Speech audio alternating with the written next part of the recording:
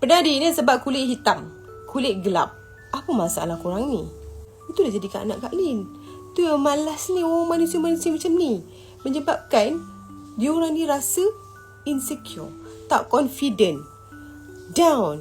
Sebab mulut korang lah. Mulut korang. Okay. Sekarang ni apa benda ni Kak Lin? Ni adalah gel whitening kita.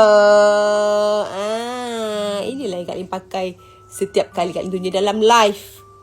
Our new product dia ada dua. Satu untuk kulit kering, satu untuk kulit berminyak. Kalau kulit berminyak yang jenis water gel sikit. Dia macam ni tekstur dia. Dia macam clear sikit. Clear colour. Yang ni satu lagi jenis gel cream. Tu. So yang ini kena pakai hari-hari lah, siang dan malam. Kalau kita tengok kat live, selalu video Kak Lin jenis yang glow ni datang ni lah. Pakai pagi, pakai malam. Ini benda baru.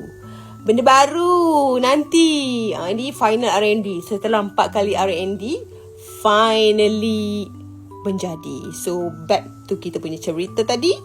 Bagi Kak Lin, kita jangan nak normalize-normalizekan tentang kulit, warna-warna kulit. Tak. Kita kena sunburn. Cari solution supaya sunburn tu hilang. Mudah babe, mudah. Okay, contoh macam ni.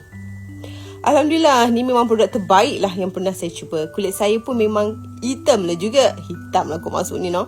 Lepas guna dekat 6 bekas, Alhamdulillah dah makin cerah. Kat muka pun dah okey, jeragat pun dah hilang. Nampak tak?